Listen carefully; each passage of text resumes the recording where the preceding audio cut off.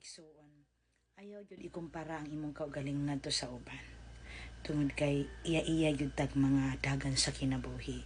Kung unsa man ang mga tinguha nimo karon nga ato ibutang na failure ka, ayaw ingon nga malas ka, kun dili jud na para nimo. Kay usahay manggod, usahay mawala bitaw sa atong pagbalanse nga dili day kita ang magbuot sa atong kinabuhi. Kay usahay na atay mga plano bisan detalyado pa kana apan dili tugma sa plano pud sa Ginoo. Kay kung na-failure ka man karon dili ka malas, siguro mas better pa ang plano sa Ginoo diya sa imong kinabuhi.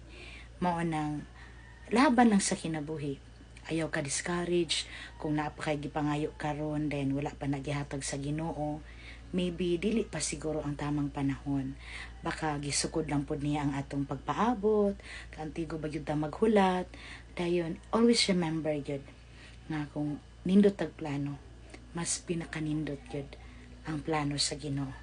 Munang keep on praying kay dili man pud tanang gipangayo nato ihatag sa Ginoo, pero dili pud buot sabton kay wala gihatag, wala na kay swerte sa kinabuhi kun dili do na. Kay ang tawo nga magmahal og Ginoo, tandaan mo lagi, ipahiluna yun na sa Ginoo. Amen?